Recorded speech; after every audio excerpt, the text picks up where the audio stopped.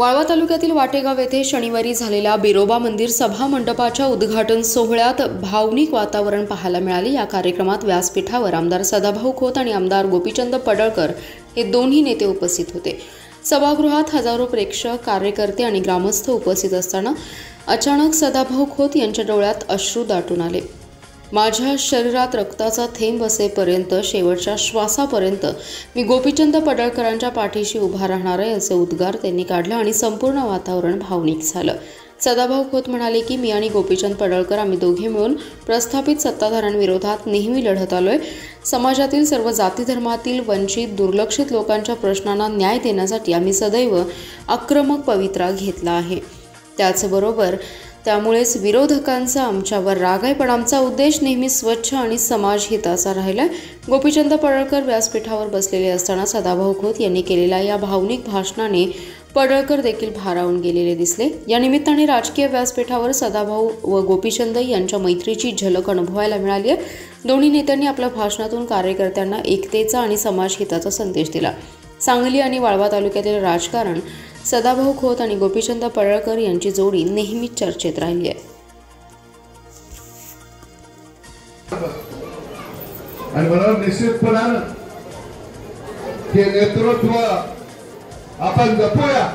आज या बिरोबाच्या दारात मी उभा आहे, बाळूमामाच्या समोर उभा आहे। मी तुम्हाला सांगतो, माझा रक्ताचा शेवटचा थेंब आहे।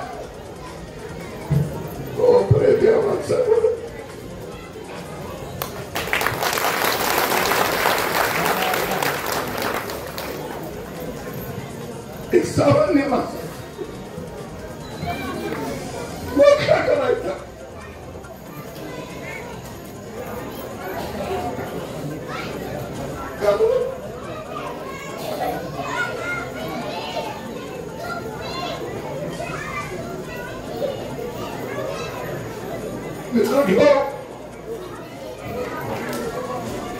प्रस्थापितांच्या विरोधात, वाड्याच्या विरोधात लढलो। गरिबाच्या बाजूला बाहेर खाल्ला, तुम्ही हटलो। ती बाजू घेऊन, ती पालखी घेऊन या महाराष्ट्रामध्ये गोपीचंद पडळकर निघालेला आहे। म्हणून मी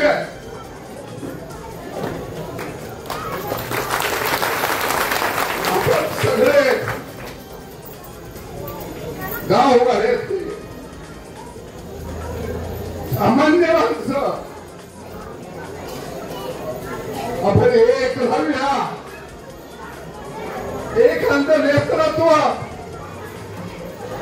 आपण जपूया, याची गरज आहे। या राज्याला गरज आहे, राज्यातल्या सामान्य माणसाला गरज आहे। या ठिकाणी माझे मुस्लिम बांधव आहे, त्यांचा सुद्धा या ठिकाणी स्मशानभूमीचा नाही हॉल पाहिजे, तिला जागा ट्रस्टची आहे। आम्ही दोघं अल्पसंख्याक मंत्र्यांना भेटतो, कारण त्याला आमदार फंडातून पैसे देता येत नाही। निश्चितपणानं अल्पसंख्याक मंत्र्याकडून त्या ट्रस्टच्या जागेवरती हॉल बांधायला सुद्धा मी पैसे देतो। आम्हाला सगळ्यांना बरोबर घेऊन जायचा आणि परत एकदा तुम्ही जे अनेक वर्ष प्रेम करत आला, असंच प्रेम, बंधुभाव आपण टिकून ठेवूया, एवढीच अपेक्षा व्यक्त करतो। इथं संतोष।